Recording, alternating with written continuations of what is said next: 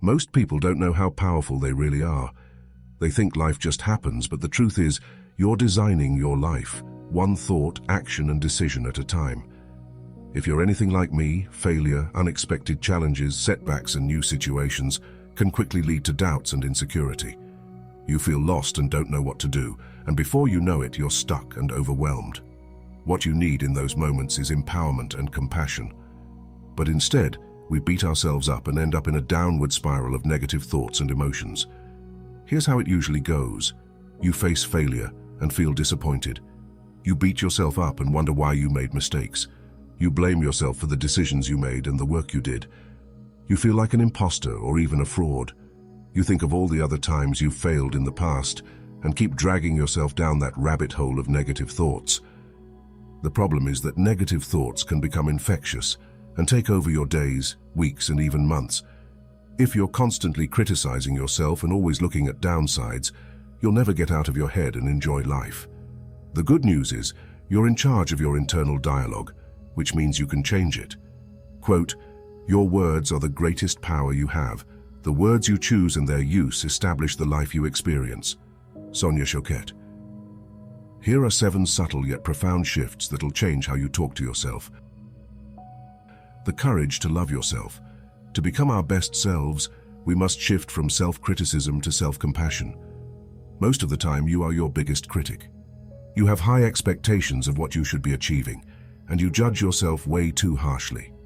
And when you make mistakes, those negative feelings are amplified. You blame yourself, question your abilities, belittle your worth, and find yourself stuck in a cycle of toxic self-doubt. Here's the mindset shift you need. Talk to yourself like you talk to close friends and loved ones. You wouldn't belittle your friend if she made a mistake or failed. You'd encourage her. You'd tell her to get back up and try again. You'd be empathetic, understanding, and encouraging.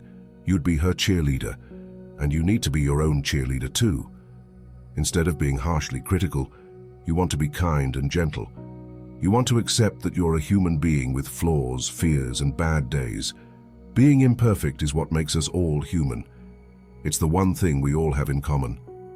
When you accept your mistakes with compassion and kindness, you eliminate suffering. Number 2, turn failure into learning. When we fail, we feel like we've hit a wall. We feel stuck and miserable. We're mad at ourselves and sometimes even at others for contributing to our failure. But failure only feels bad when you're in the middle of it. Once you've made it, you don't look back and grieve about past failures. And as James Altucher writes in The Power of No, life is a series of failures punctuated by brief successes. The harsh truth is, you can't avoid failure or mistakes. The bigger your goals in life are, the more failures you'll potentially face. The bigger you aim, the more mistakes you'll make. It's part of the process. What's not part of the process is dwelling on failure. You need to shift your mind so you look at failure as a learning opportunity. Learning is an ongoing process. It's never ending. Instead of beating yourself up due to mistakes, reflect on the lessons you can learn for the future. What could you do differently next time? What insights can you use to avoid similar pitfalls in the future? How can you improve your skills, team, processes, or systems to achieve greater success next time? Look at each failure you face as an opportunity for reflection and growth, and remind yourself of Thomas Edison's famous words, "I have not failed. I've just found 10,000 ways that won't work." Number 3, from I'm stuck to I'm exploring. Whether it's the wrong job, relationship, or place, feeling stuck sucks. A refreshing shift is turning I'm stuck into I'm exploring, because that's what you should be doing. You won't get unstuck by feeling miserable and being inactive. You'll only find a way out by exploring new angles and opportunities. Stuck in a monotonous job, maybe it's time to explore a new path in a different industry. Stuck in a repetitive routine, explore a new hobby or passion project. Every time you feel stuck, you're really just realizing that you need to pause and shift your direction to better fit your desires. One of my favorite quotes by poet Rumi is the following, "The wound is the place where the light enters you." Next time you feel stuck, remember that's where you let the light in and use it as an opportunity to explore. Number 4, turn rejection into new opportunities. Like failure and mistakes, rejection is inevitable. Whether it's in a romantic relationship, your career, or your private life, You'll face rejections over and over again throughout your life. And if you don't know how to deal with them, they can quickly shatter your confidence. To avoid that, we need to shift our perspective. Start to look at rejection as a launchpad to new opportunities. Think of J.K. Rowling, who faced 12 rejections before finding a publisher for Harry Potter, or Walt Disney, who got rejected numerous times before he found a financial supporter to bring Mickey Mouse to life. Don't let the fear of losing be greater than the excitement of winning. Robert Kiyosaki. Number 5. Fear becomes energy. Did you ever realize that being nervous and being excited feel the same way? Both lead to a racing heart, sweaty palms and shaky legs, and both make you feel a little uncomfortable. As Bruce Springsteen famously put it, fear and excitement are twins. Good news, you can use that to your advantage by shifting from being afraid to being energized. Fear is natural, and it's nothing to be ashamed of, but sometimes we must put our fear aside and take action regardless of how we feel. This isn't about denying your fear, it's about choosing courage and excitement despite the fear. Imagine the following. You're about to give an important speech. You feel nervous, your palms are sweaty, and your heart is pounding. Instead of saying, "I'm scared," you tell yourself, "I'm excited."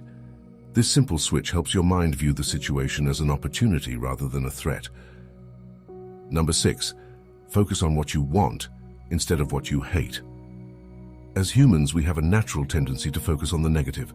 I hate my job. I can't stand my noisy neighbors. The traffic sucks.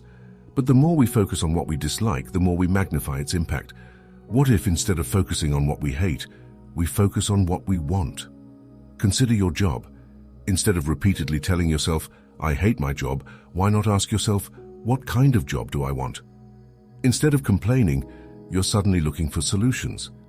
Similarly, if your noisy neighbors are a source of constant irritation, ask yourself, "What type of living situation do I desire?"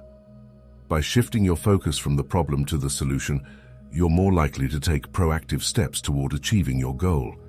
Focusing on what you want creates possibility and forward momentum, so you move closer to your desire instead of being stuck in a cycle of dislike. Next time you catch yourself dwelling on something you hate, pause and focus on what you want. Paint a picture in your mind and ask yourself which tangible steps you can take to move closer to that reality, even if it'll take years to eventually achieve your desired outcome. And finally, you don't have to, you get to. Most people view the majority of their daily activities as obligations. I have to work out. I have to go to work. I have to cook dinner. But you don't have to. You can choose not to work. You'll just have to live with its consequences. And as we're living in a world driven by money, you probably won't like living without an income. As stupid as this sounds, it's true. You don't have to do any of these things. But if you want the outcome, you'll need to do them because that's how our world works. But what if you flip the script in your mind? Take working out, for instance. Even though you might not love exercising, you can focus on the fact that you get to work out. Because you have a healthy body, you can actually move. Millions of people don't have the privilege of moving due to sickness and disabilities. You're not forced to exercise. You're privileged to have a body that can move, sweat, and grow stronger. Final thoughts. Positive self-talk isn't about manipulating yourself, toxic positivity, or sugarcoating reality. It's about learning to shift your perspective so life becomes easier. And it's about talking to yourself like you talk to your favorite people or even to strangers, with kindness, compassion, patience, and care. As Ludwig Wittgenstein once wrote, "The limits of your language are the limits of your world." So make sure you're not limiting yourself by choosing the wrong words when talking to yourself, because you constantly do. Use self-talk as your hidden superpower instead. If you're still listening to this, thank you for your support. Please enjoy your day further.